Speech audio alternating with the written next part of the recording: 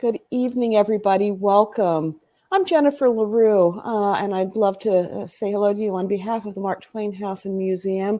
We're delighted to have so many of you here from so many places. It's been so much fun to watch you in the chat, chiming in, letting us know where you're watching from. So thanks for doing that.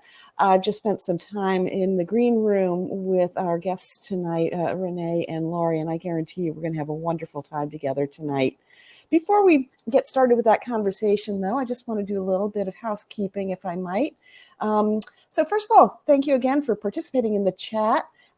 Keep on chatting away there. That's one of the great fun parts of the virtual programming world that's become so much part of our lives over the past 2 years. And do know that this program is being recorded. You can come back and watch it anytime you like, simply by following the same link that you used to get here tonight. And one of the other fun things is that chat remains live in perpetuity. So if you make a friend or start a conversation and want to continue communicating with that person, you can do it right here on the chat. And you can also find the link on our website, marktwainhouse.org, where you'll find information about all the virtual programs, past and future, that the Mark Twain House offers. So there's a lot of richness there to explore. However, chat away and share your story and everything. But if you have a question, we're going to do a Q&A session toward the end of the program. And if you have a question, rather than post it in the chat where it might get lost, please take a moment to put it down at the bottom of the screen. There's already one question there where it says ask a question.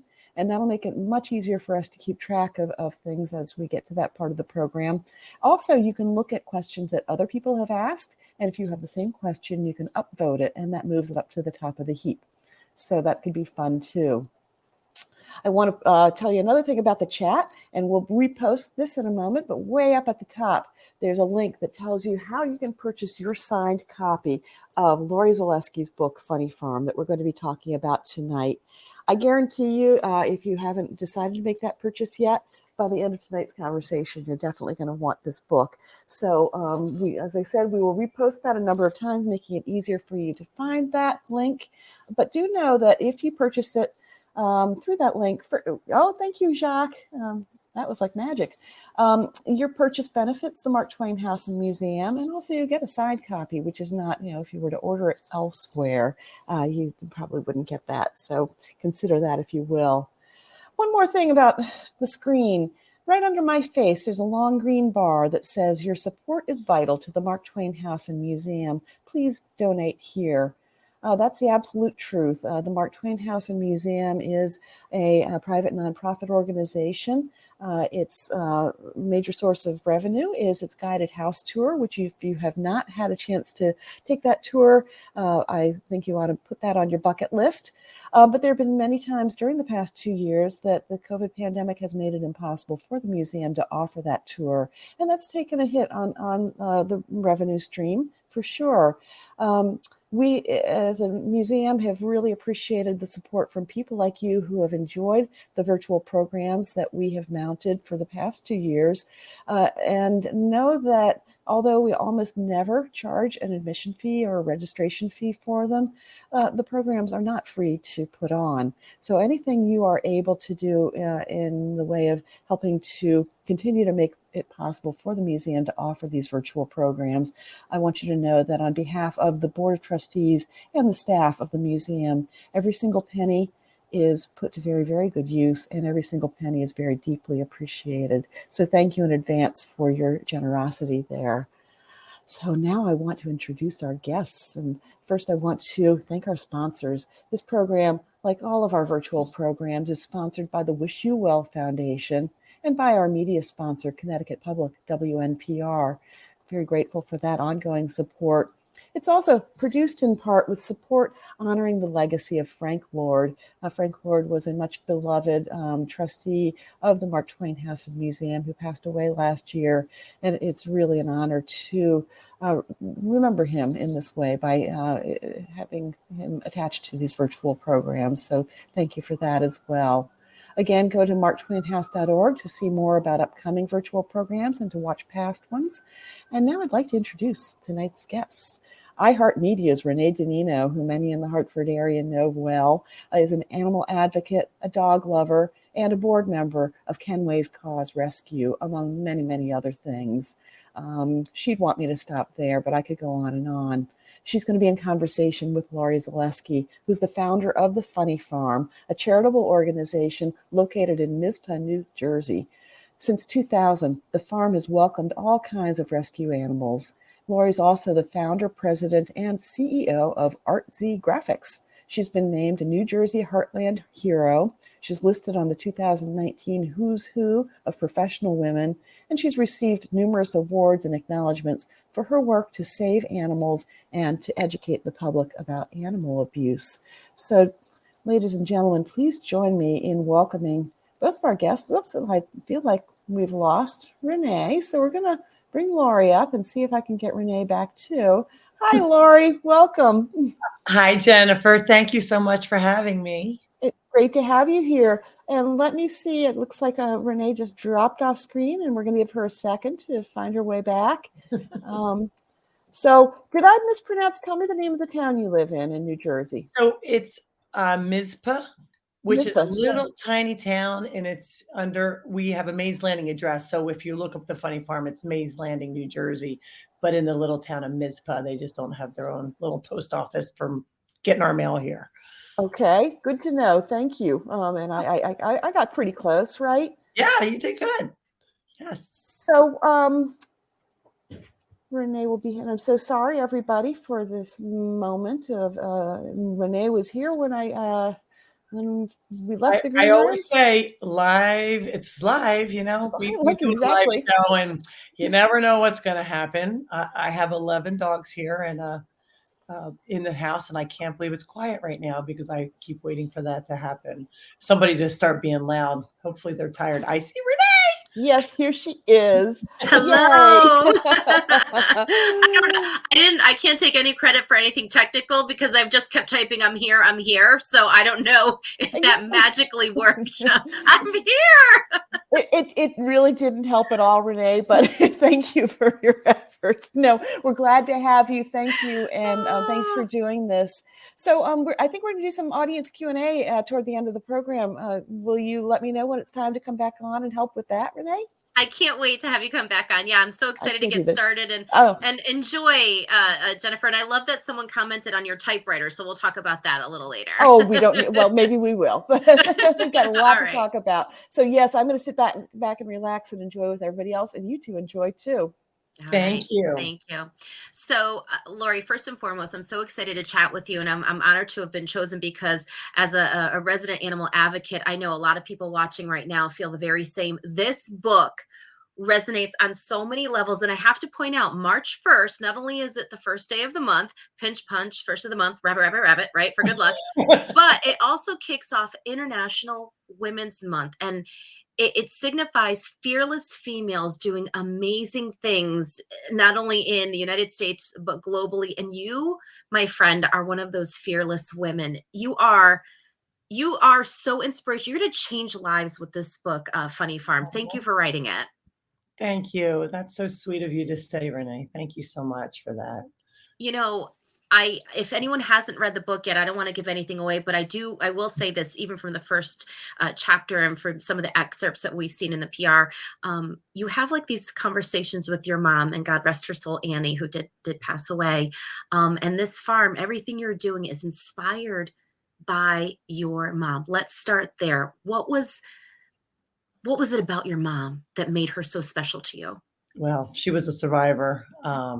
Again, I'm same as you, try not to give out spoiler alerts, but she, most women, I think, would crumble. Not to say that she didn't have her moments. I'm sure she had a few nervous breakdowns, but to leave a marriage that was abusive with 3 very young kids, it was a lot. Not having a driver's license, credit cards, any money, any skills. And she made the best of everything. She made everything fun, even when we didn't want it to be fun. We're like, we want to go home. This sucks. We're done. And she said, listen, this is what we're doing. And she found the silver lining in everything, no matter what it was. And sometimes that was annoying to me because I just wanted to feel sorry for myself sometimes. She would not allow that ever. And I I try, and if I don't remember, she reminds me from up above. Something will happen, the lights flicker, something happens. I'm like, all right, Mom, I hear you. I You know, and I love that you ask your mom still to this day for advice questions. Am I doing it right? All right, Mom, what are we going to do here? And I just love that you What do I do, right? still have that connection with her. And for those that don't, I'm just going to give a little quick synopsis, something that you can get clearly right on the cover of the book. So I'm not giving anything away, but Mhm. you did come from a horrible situation from domestic abuse and violence, escaped that, survived that. You and your siblings, animals were always so important to you, and you made a pact somewhere along the line that you were going to get a farm for your mom, because you guys escaped to a farm and to animals. I mean, at one point a car broke down and your mom rode it to the grocery store. So you know it's incredible to me, that domestic violence and animal abuse link. But in your story, it's a little bit different. You came from domestic violence to now raising animals and Mhm. understanding what animals do. So I don't know how we do this in a short amount of time, everyone, but I want you to take me from that moment on the farm when you realized, when you had escaped and you were all safe, that you realized that animals were going to be the direction you were going in.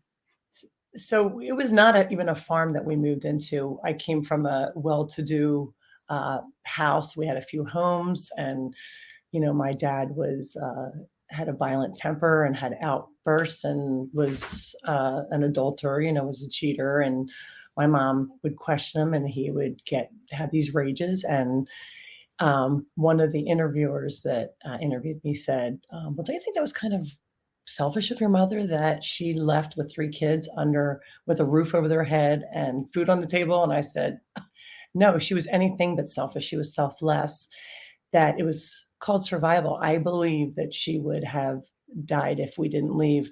When I was 5 years old, we left actually 2 other times, and the 3rd time we said, "That's it. We're done." And I experienced it at 5 years old, and I remember like it was yesterday how I felt, and the fear.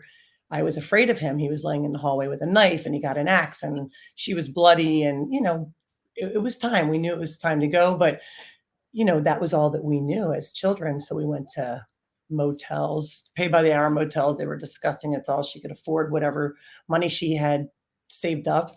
And she borrowed a friend's car, didn't have a driver's license, but borrowed a car and took off. And eventually we found this little shack in the woods, and it had no electric, no running water, no windows.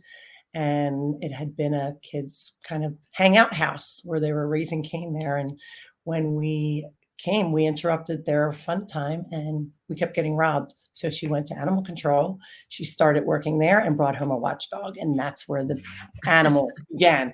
First started off with the wolf, our dog.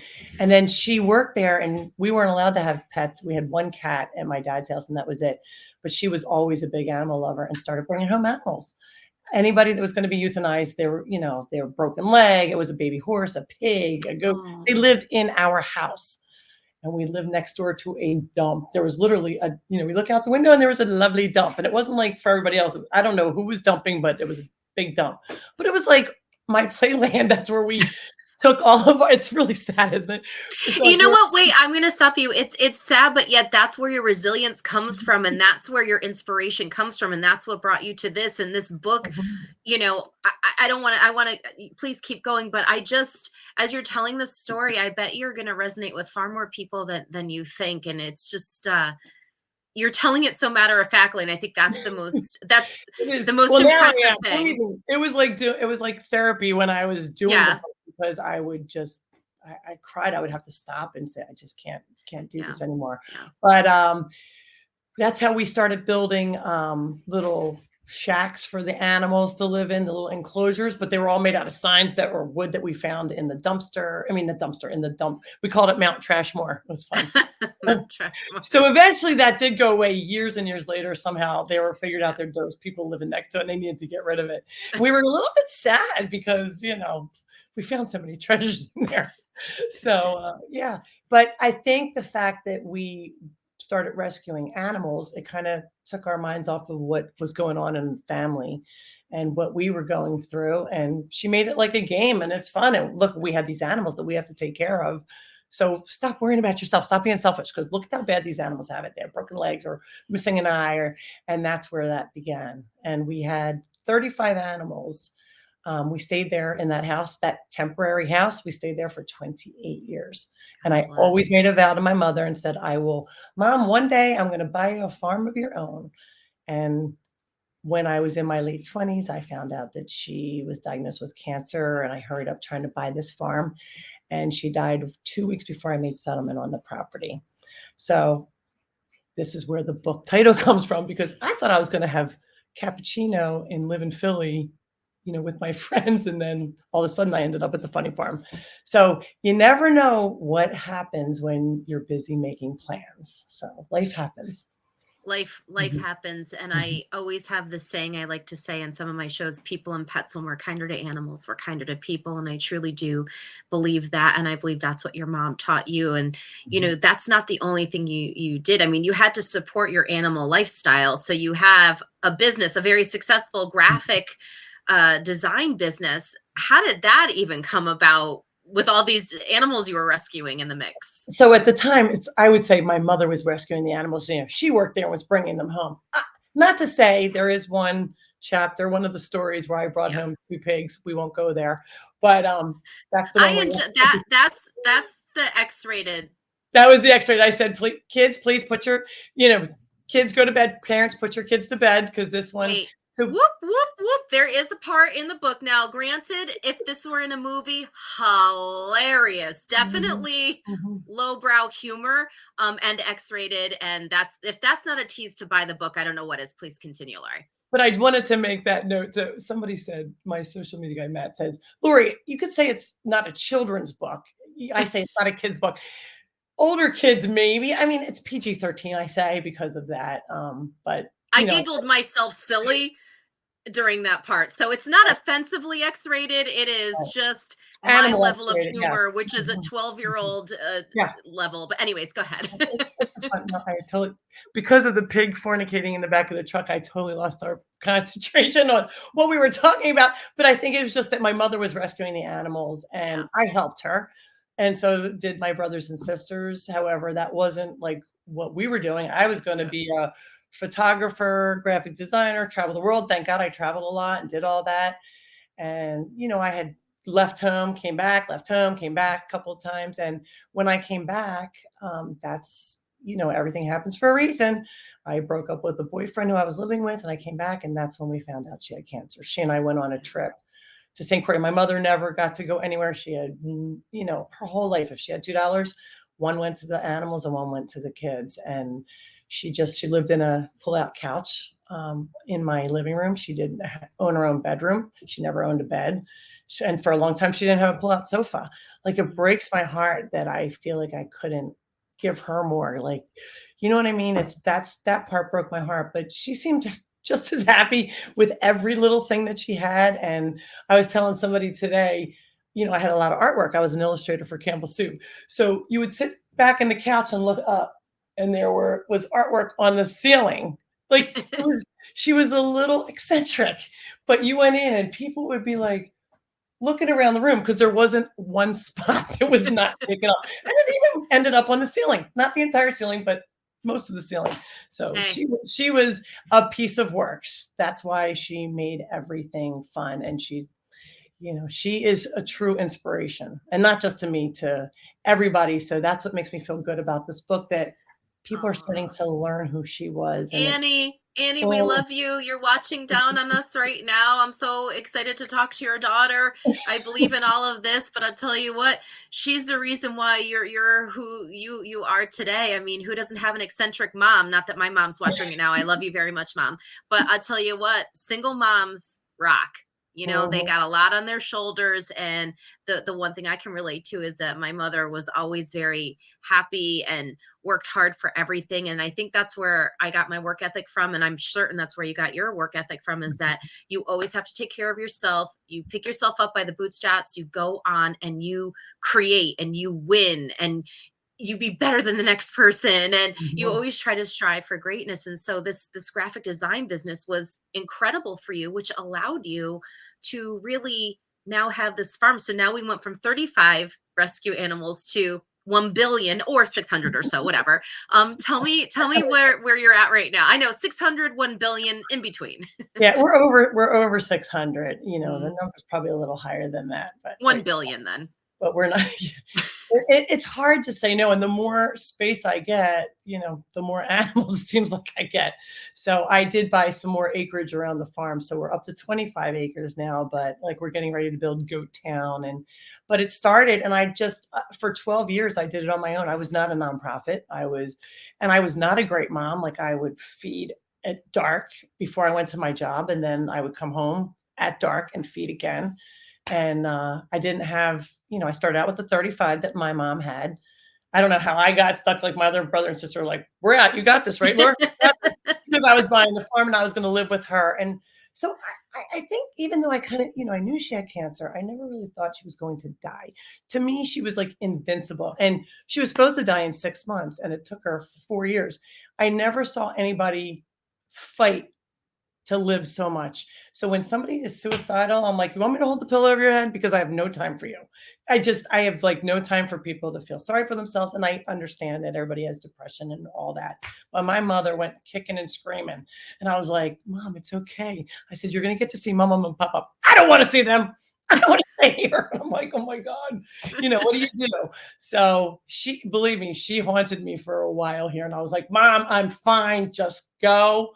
Because, she thought this crazy artist is trying to take care of this farm by herself. So for 12 years, I did it on my own. And the only reason I became a nonprofit was just because the bills were $4,000 a month. And I make a good living, but I'm like, I have a mortgage and I have all these mouths to feed. I think I had about 150 to 200 animals, but it was about 4,000. And I thought, what am I going to do? And people were like, well, if you become a nonprofit, you can get a tax break on that feed. And that's the only reason I did it. And then people started saying, well, can I come visit? Can I volunteer? And I'm like, what are you people crazy? It's where I live. What are you talking about? And there goes your privacy after that, because I used to walk out on the porch naked and feed the cats and come back in. That does not happen anymore.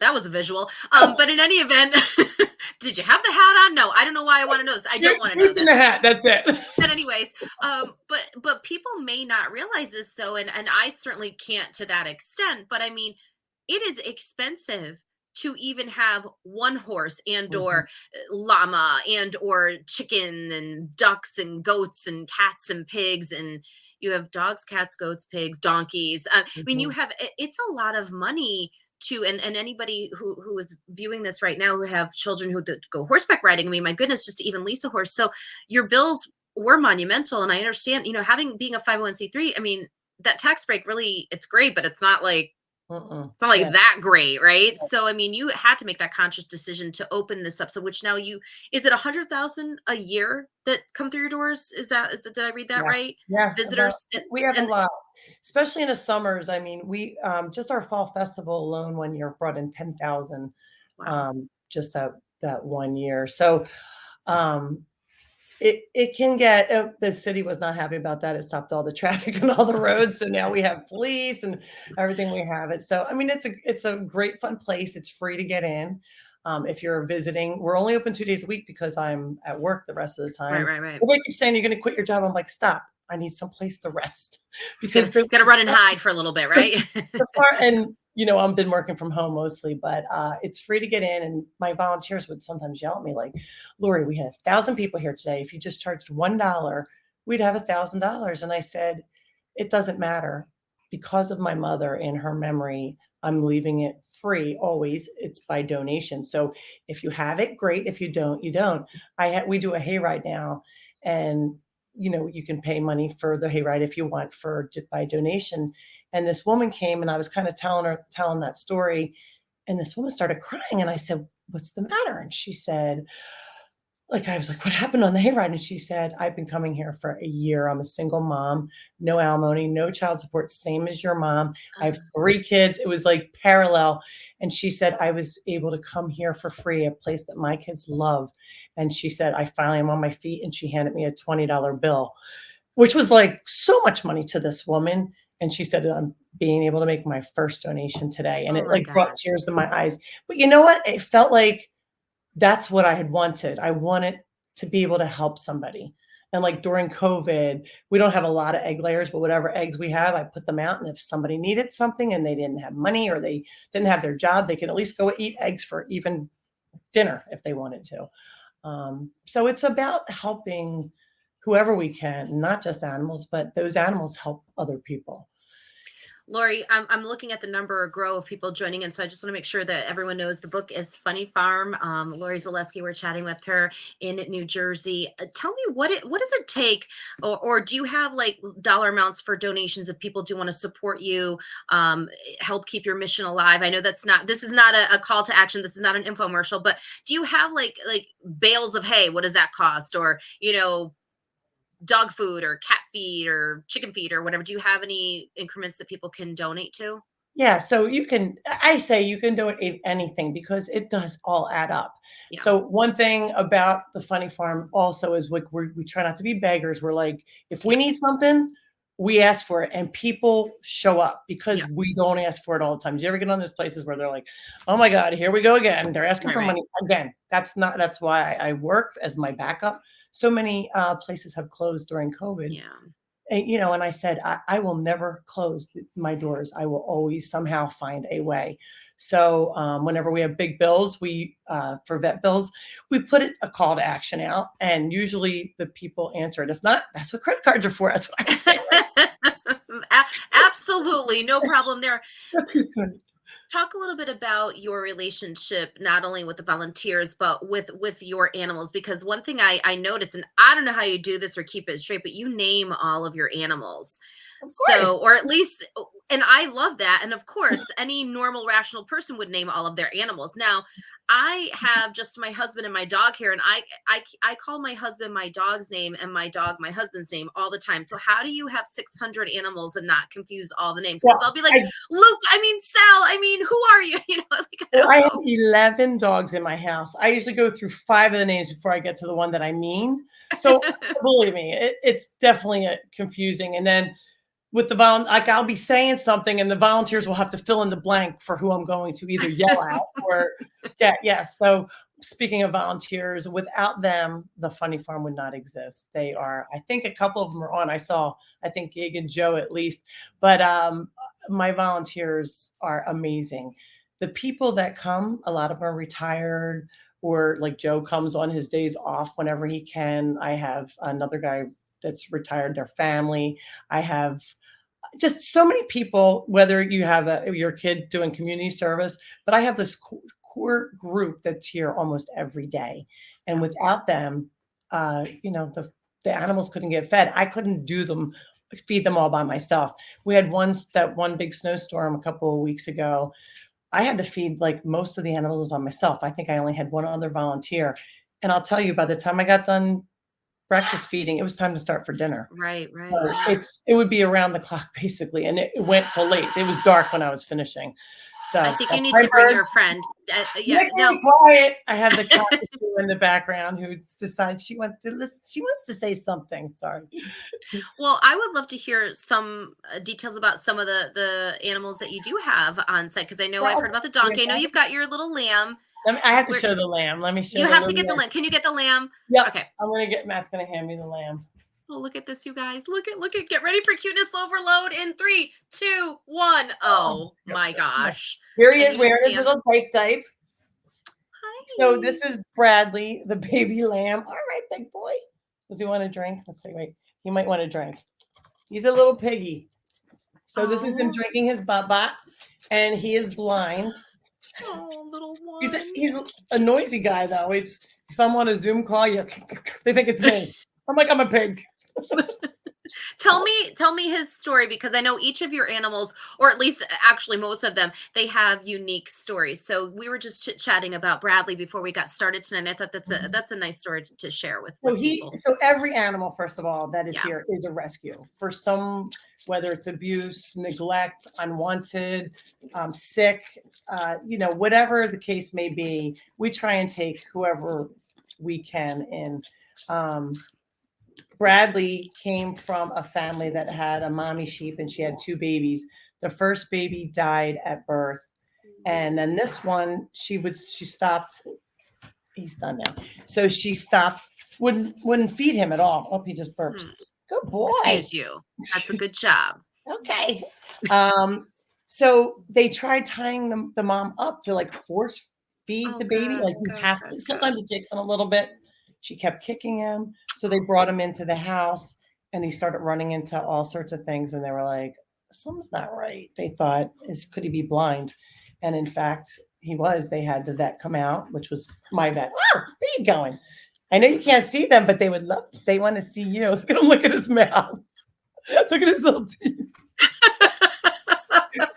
I mean, I know this is free for all of you, but this deserves some sort of donation to anybody anywhere. That is the best smile ever. So he lives in the house with 11 dogs, a cockatoo, which I think you've heard, almost 20 cats, 3 chickens. I have a Delta Diva chicken. She wears a diaper. She thinks she's a dog as well.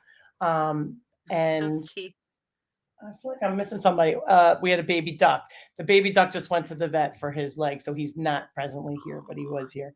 So he's falling asleep. Look at him. So he looks like his eyes. They look like they almost have cataracts. And we did have the press here today, and they took a picture of him, and he went. So I think he can see shadows at least. Yeah, a little bit there, but.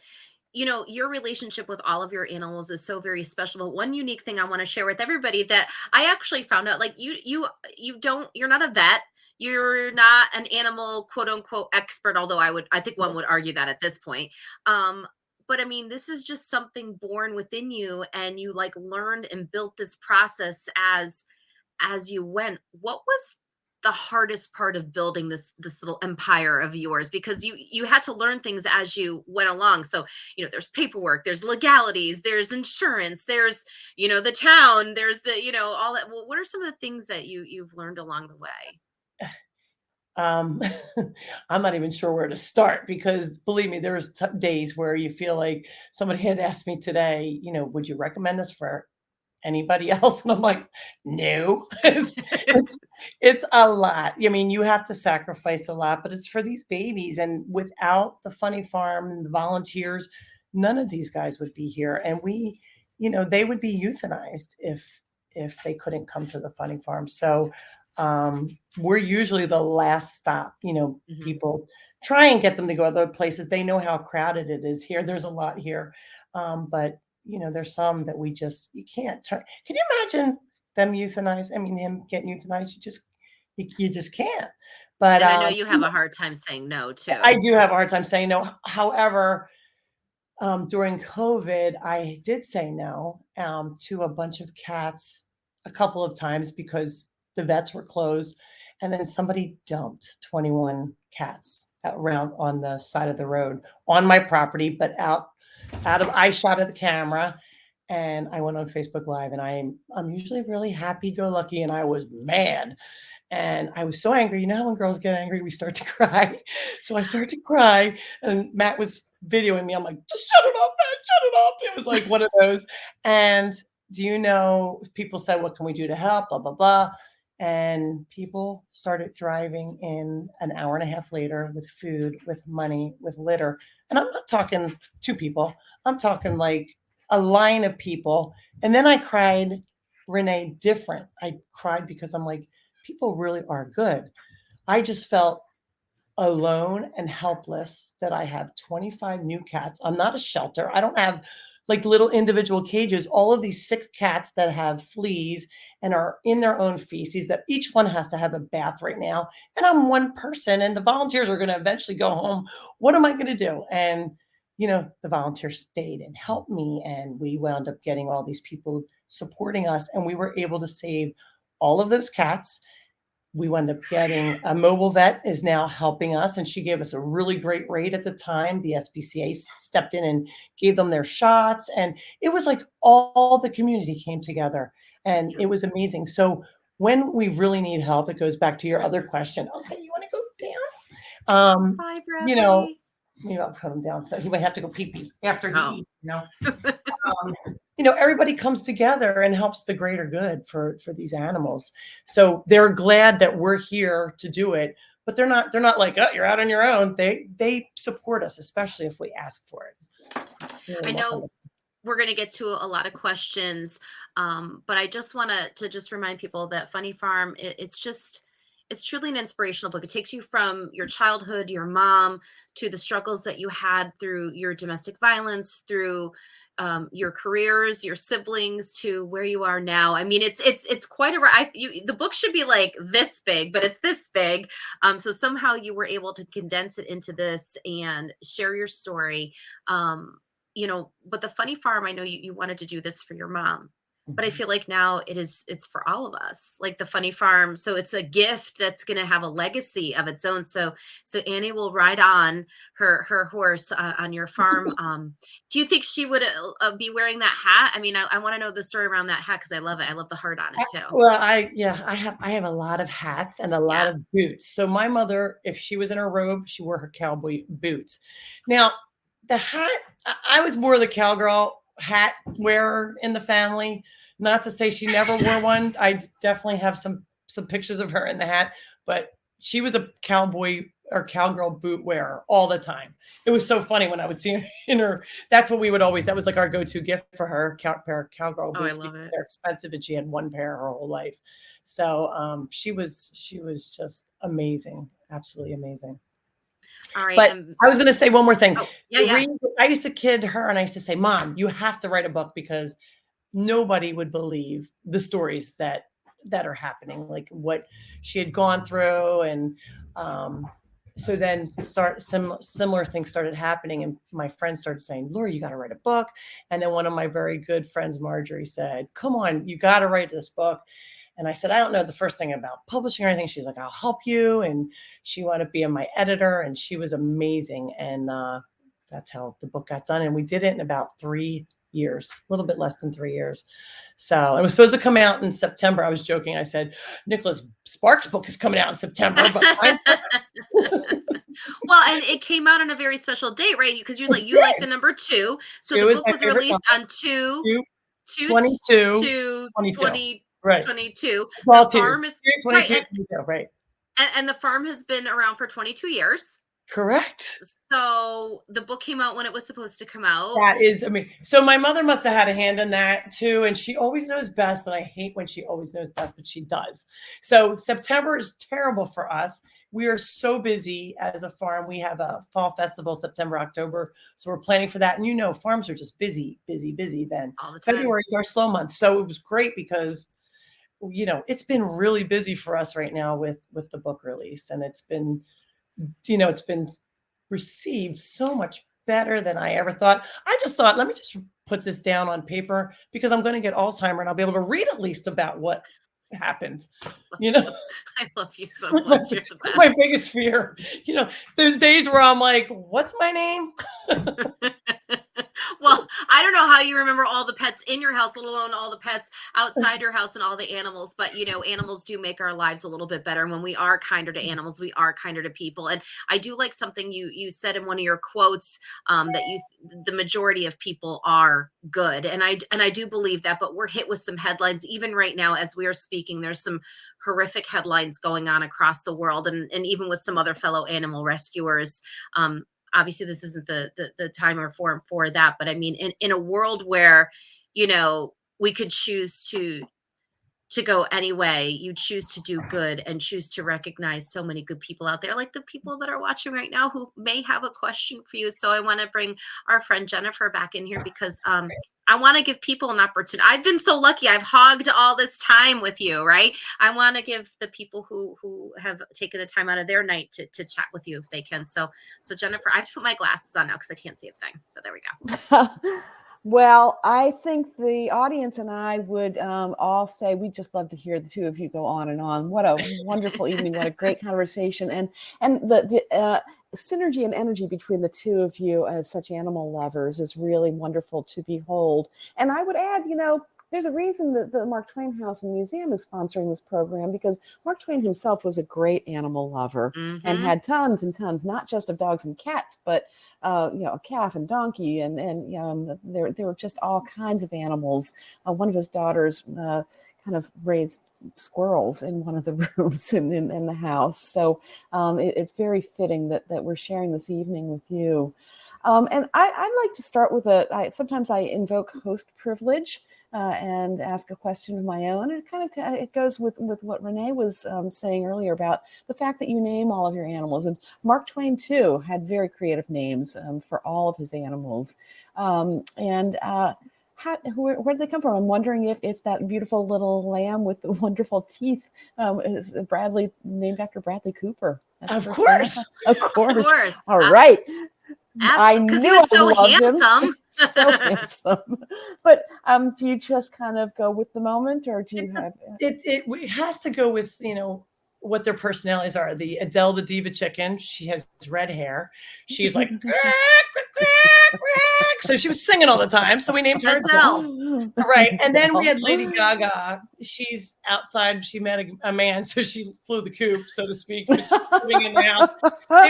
Some of the girls were picking on her, and she was like very thin, and we had to get her back to health. So after we had Adele, and then after we had Lady Gaga, I was like, Bradley Cooper just kind of happened. And I could just eat him all up. So I said, gotta be Bradley. So so it's friends. And then sometimes we have 3 alpacas that are named Manny, Sid, and Diego, named after Ice Age. I've never seen that movie. I have no idea who they are, but these kids that come, whether they're volunteers or visitors, they wanted to name them that. And I'm like, okay, then I guess that's what it is. So, it depends. And then the volunteers, some of them name them their own names, and they don't match what I do. Gig, she's watching. So. Well, I love that someone, I think it's our own Jacques, said, and I don't know if you can make this happen, Laurie, but that we would like to see all 600 animals right now if we could. You know what? We could make that. It'd be very dark, but we could do that someday. We've done Zooms where we're outside. Yes. So when you do come to the farm, though, I wanted to make one more mention that when you get here, a lot of them are not in enclosures or in pens. They're walking around loose. So people don't believe that. And I'm like, wait till you come. You're going to see. You'll have a llama come up. He'll give you a kiss. He doesn't want to be petted, but he'll make out with you. If you have a banana, there's a little baby emu, but he's not so little. He's almost as tall as me. He's about 9 months old, and they run 42 miles an hour, but he runs all around. I think he thinks he's a chicken or a duck because that's who he was raised with. The donkeys are loose. I have a horse loose. All the dogs are loose. Cats are loose. I mean, there's a lot. All the goats, and then the baby sheep usually makes an appearance at least once or twice during the day. When he's out, when it's warm, he'll be outside the whole time. So when you come, don't wear your best shoes. Oh my gosh, we have a lot of questions. I think. Look at you've inspired people, Jennifer. Who's going first? Let's go. Well, one is just a comment from Cindy Lewis. Oops. Cindy Lewis. I knew you were an amazing woman and a true hero to all those animals. Even before I read the book, you and your mom are a true inspiration to all women. Love you, girlfriend. Love you for all you do. So sweet. Well, let me just say real quick who Cindy Lewis is. I have 2 mega esophagus dogs where they have to sit up in a high chair and eat. The one dog came from Cindy Lewis, and she saved his life, but didn't have any idea about mega esophagus. And I had lost a dog, and she said, she wanted to make sure the Funny Farm could get him, and they visit and they support me, and she made me art that has taken her 200 hours. She's like extension of my family now, and we kind of share the love of this one dog. So she has all his brothers and sisters, but I have Tucker, the one dog. So that's wonderful. I love you too, girl. Okay, sorry. Go ahead. Next one. Well, there are a lot of. Are you planning a second book? Everybody keeps asking me that, and I'm like, I have one life, people. What do you think? So everybody thinks this book is like these cute little animal tales, and I think that's why people are trying to buy it for their children. And it, like, the cover is so inviting. It looks like it could be a children's book, and it's not. Half the book, as you know, is my life and the craziness of it, and the ups and the downs and all that. So there is enough stories just in the Funny Farm, lives that we could probably do a whole book, but I just don't know how that would be. So I've been thinking about it, but this book's been kicked off for 1 week today. I'm right. Give her a moment. I'm just, I'm not really sure. I loved it. I mean, this has been so much fun. The whole publishing process and the writing, everything about it. I have loved it. And I just don't know how I would do a second book yet, but I am thinking about it. I think we want to have you come back when you do that eventually. I have an idea. Uh-huh. I think it should be a picture book of just animals. That Just a would be picture book. great. I want more pictures. You Yeah. want more pictures? Yes.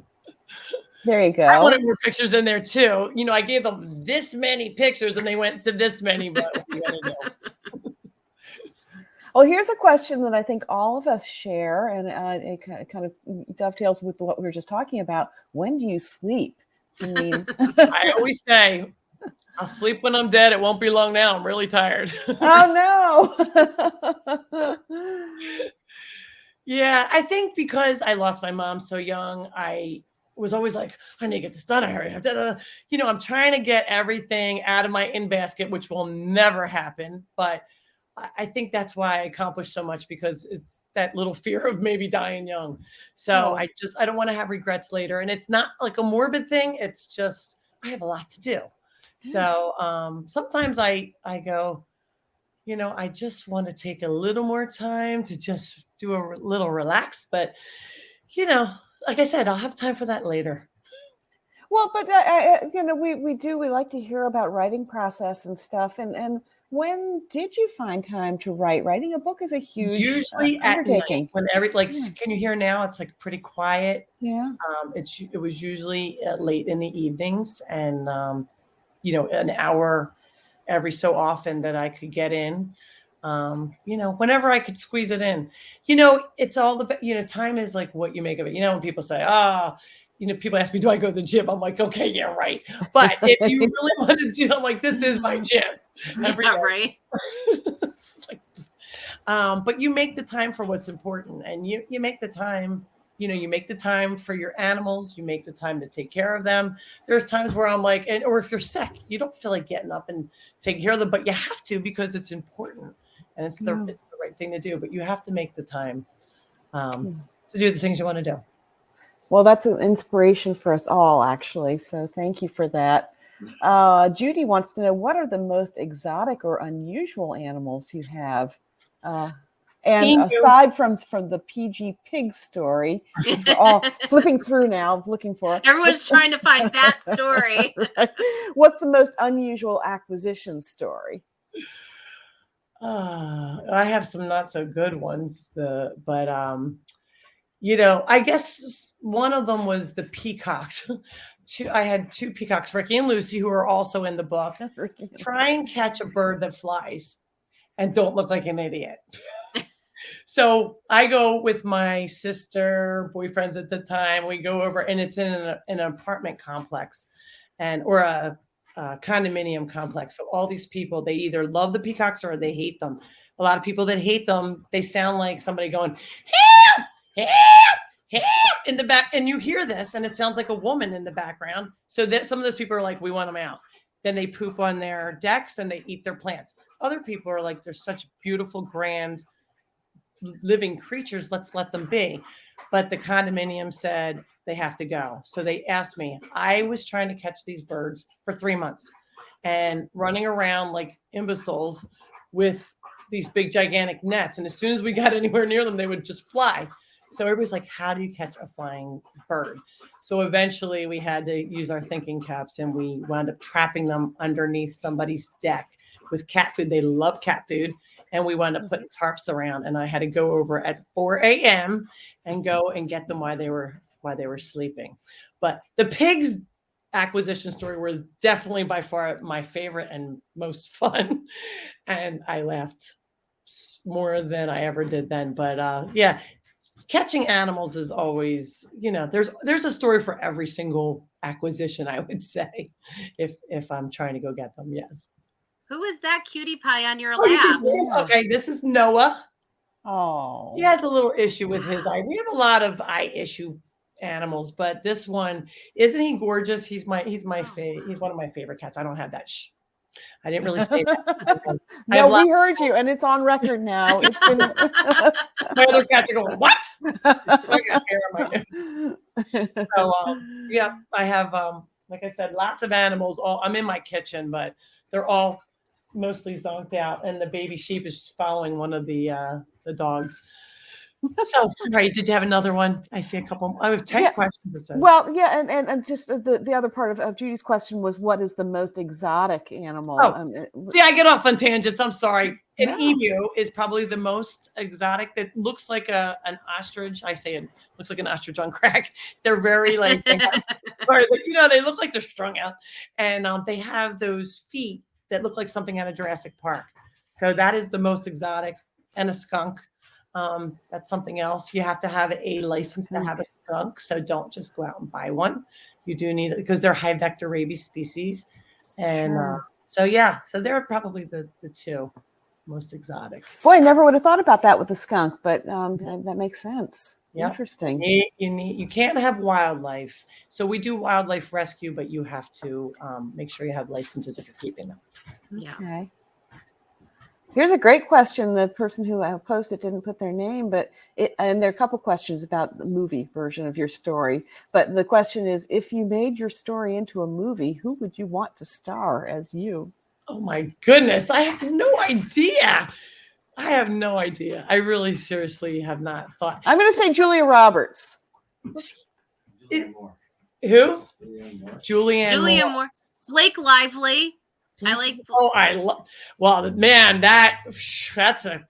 I love Blake Lively. Then we can get Ryan in there too somehow. They're married, so we're gonna get them behind this project right here. There you go. That's good. So it's funny that you say that because there's a lot to the book, and there's a lot of action scenes which you wouldn't really think of that there would be, but there were. And people are starting to talk. And I did get one. Somebody just called and said, "Do you want to do a reality TV show?" Like yesterday, not called. They sent me an email, and I'm like, "No, I don't want to do reality." I had been asked that because it's so crazy here because the animals are loose and going and rescuing them and stuff. It's here comes Caesar. Oh, who's that? Oh. This is another one, Caesar. This is a story that was in the book, and the publisher made me take it out. It was too dark. So that might be a story for another day, but there will be a book probably about this little guy. He's beautiful. And he's so cute. His name's Caesar. It's going to be called Saving Caesar. So that's a whole nother, it's kind of, so that would be another book that could be written about. So we look forward. May I know we have another question, Jennifer, but I do want to say, as we're having a wonderful, lighthearted conversation about this, but animal rescue and animal advocacy is dark. It just is. It's and I think anybody here who's worked in the rescue community, I work in the rescue community in Connecticut with a lot of groups. There are stories that will stain you for the rest of your life and live in your heart and soul, which makes it impossible for you to stop. Which I think once you hear some of those stories, I mean, yes, the majority of people are good, but once you hear some of those stories of what kind of abuse can be done to these innocent and voiceless creatures, that's what I would imagine keeps you going even harder and stronger. True. That's true. So we try not to concentrate on the bad. We try and, not on their past. There's some places that they put the gore. Ours is family friendly. And I do have, some bad stories. We had one, it's a quick one. A mother and a father pig had 4 babies. They were put in a shack with no food and water, and the mom and 2 babies died, and the dad and the other 2 babies had to eat them to survive. And when we brought them home, they had, their legs were atrophied. They looked like grasshopper legs. And they are it's Bo Luke and Papa Duke right now. They're here now. And they're thriving. And you would not even, if you saw the initial pictures compared to now, it was like night and day. And, it's out there and it happens. And you just have to do whatever you can do to help. Oh, that's lovely. And, on that note, Renee, you're very active and you're being you're a little bit circumspect about your work here in Connecticut. But can you talk a little bit about Kenway's cause and also about a fundraiser that's coming up at the Mark Twain House in April? Yeah, so I mean, we're bringing back, and we have officially invited Laurie. So if you're in the area, we want you to come. But it's the Bark Twain Bash. It's the Cats Meow. Jacques, thank you very much for that. Jacques Lamar is a huge part of this. But it's happening on April 23rd. It is a dual fundraiser, both for the Mark Twain House as well as for Kenway's Cause, which is an animal rescue that helps our capital city, the city of Hartford, and the animal shelter there in medical needs and helping the residents of Hartford, feral cat communities, as well as making sure if a dog or cat ends up at the shelter, they don't take cats, but if it was hit by a car, we can help pay for medical bills. So we're having a fundraiser there, and we're giving out some incredible awards at night for animal advocates across the state of Connecticut. And I feel compelled having a voice on radio and TV to make sure that we give a voice to the voiceless, much like what you're doing, Laurie, at your farm. And I always feel a little strange talking about myself. So thank you, Jennifer. But I mean, this fundraiser, April 23rd, would be a great place for people in Connecticut to come and talk to other animal advocates and learn how to spread kindness and see what other animal advocates are doing, and animal control officers, which I'm sure, Laurie, do you even have relationships with animal control officers in your vicinity? They must call you and be like, okay. Animal control, the police, hey, Laura, fire department. I'm like, here we go. And how do you say no to them? No, because they can help you if you need them, right? But right. I mean, animal advocacy takes a whole village, and like Jennifer and I, we talk off camera or whatever this is, crowdcast, for a little bit about what you do with your pup and what you do at your home with your 16-year-old. Oh my gosh, almost 17-year-old dog, or 17-year-old. Oh my gosh. Wow.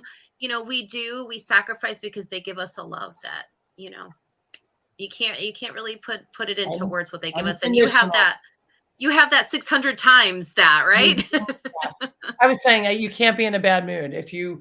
I used to have bad days. I would come home, and even the mean horses usually mean to me is like nice to me. Like, I know you're having a bad day, Mom. You can't have a bad day. You can't be sad for long here. And that reminds me, we have some people that come here just to, they say it melts their troubles away when they walk through the gates, because the animals all get along. And we do have a kindness program for kids. So we say, if all these different animals can get along, so can you. I think the world needs to hear that right now. Yeah. It's an anti-bullying program, right? That you do, and so I was reading up on that, and I'm sorry that we waited till the end to bring this up. That's my bad interviewer. Sorry. But your kindness program, can you quickly tell us about it? Because I know, Jen, we're watching the time, but just let us know about the kindness program. We don't have a hard stop, so I think it's well worth talking about the kindness program. We have 3 books. My social media and BFF, Matt Reeves, and I have 3 books out of 10 so far, and there are true animal stories, and each one kind of teaches a different lesson. They're all about kindness and about anti-bullying, because you know how it is in schools today. I mean, I was bullied from being too tall. I'm 5'10", and they used to call me all sorts of names. And that was before Facebook and Instagram. I can't even imagine now, So we have one about Chucky the Miracle Dog. He is the one who had the mega esophagus, and sadly he passed away while we were doing the book. Oh. So we still, let that happen, and we introduced death for some of these kids, but like, he went to doggy heaven, and not expand on that too much. But to say that we learn from each experience and apply it to our new experience, which we were able to save 2 more mega esophagus dogs because of the what we have learned from him. We also have one, Adele the Diva chicken. You know how kids today, or people today, they don't know, am I black, am I white, am I a girl or a boy, am I purple, am I brown? Who cares? Just be the best that you can be. Adele thinks she's a dog, but she thinks she's a chicken, and it really is like that. So she goes through this whole book by saying, I want to be like this horse because he runs fast, or this or that. And she goes through, and it shows all the pictures. And then at the very end, she said, just be the best that you can be, just like me, Adele the Diva chicken. And she wears her nail polish and has I think she's in bed right now. But Adele is in bed right now. I love it. I think I need to come move there. And then we have Farley, the funny farm dog, and it's all about teamwork and getting along with one another, no matter how different we all are. Wouldn't that be nice if that's how we could all really live in this Yeah. world? Take a lesson from these animals and then just Mhm. be kind to one another and accept one Mhm. another and just That's be how it is happy. here. There's no bullying and we have no fighting. And I'm not saying that they don't bicker like brothers and sisters. They sometimes get on each other's nerves. I had a turkey today going after the dog. I'm like, would you leave the dog alone? Turkey's going after the dog. I'm like, oh. So, sometimes they fight, but nobody's killing each other. They're all like, they get in little arguments and I have to break it up as their mother. You kids are driving me crazy. Well, does sound like human siblings. So. Oh my gosh. So first of all, I want to acknowledge, as you did early on, Laurie, there are a lot of volunteers from Funny Farm here in the audience tonight, and I think it's really wonderful that they're here. Thank you for being here. And Jacques has informed us that there's going to be information about the Mark Twain Bash putting up on the Twain House website and going to be sent out via email the next newsletter. So that's good information. So we have told people how they can purchase the book. We've told people how they can donate to the Mark Twain House, but I don't know that we've told people how they could maybe support Funny Farm if they want to. After hearing you talk with Renee this evening, how can people help out? So they can we have a wish list. You can send stuff, you can bring stuff, you can donate money. We have a new website. It's funnyfarmrescue.org. So. Oh no, funnyfarmrescue.org. I think one of her cutie pies might have pressed a button on her keyboard. I think you're right. Well, maybe she'll reconnect. Oh no, that was very dramatic. Funnyfarmrescue.org. Good night, everybody. Thank you, Renee. Well, I'm so sorry that we've lost Laurie, but I think you're probably right, Renee, that probably one of those animals had something to do with it. They're saying, okay, Mom, it's been an hour. And thank you for posting that, Kim. Renee, as always, a great pleasure to spend the evening with you. And Laurie, if you're listening out there, it's been a delight to spend the evening with you as well. The book is Funny Farm. Her. Purchase it through the link in the chat and get your signed copy, and that supports the Mark Twain House and Museum. And come to the Mark Twain Bash and support Funny Farm and the Mark Twain House. What a great night. I love this. I love everyone at the Mark Twain House. I love reading. And I don't know, my room's a little messy, but I have my Mark Twain. Look at, I'm trying to do this. See? Yes. Which way do I go? This way. I have my Mark Twain replica house behind me always. And Laurie is such an inspiration. I do want to say this, though, for those of you that are still with us, and a lot of people have said this is an amazing crowd of people right now. But I do want to say that raised by an incredibly strong and wonderful mother, a single mom, this book resonated so much with me because she was always an animal lover. And I'm telling you right now, this is such a great book for Mother's Day. This is a good, I know this is a great Mother's Day gift. So anybody who right now wants to give a thank you gift to their mom, just say, you remind me of Annie. And I think that's probably the best gift you could give.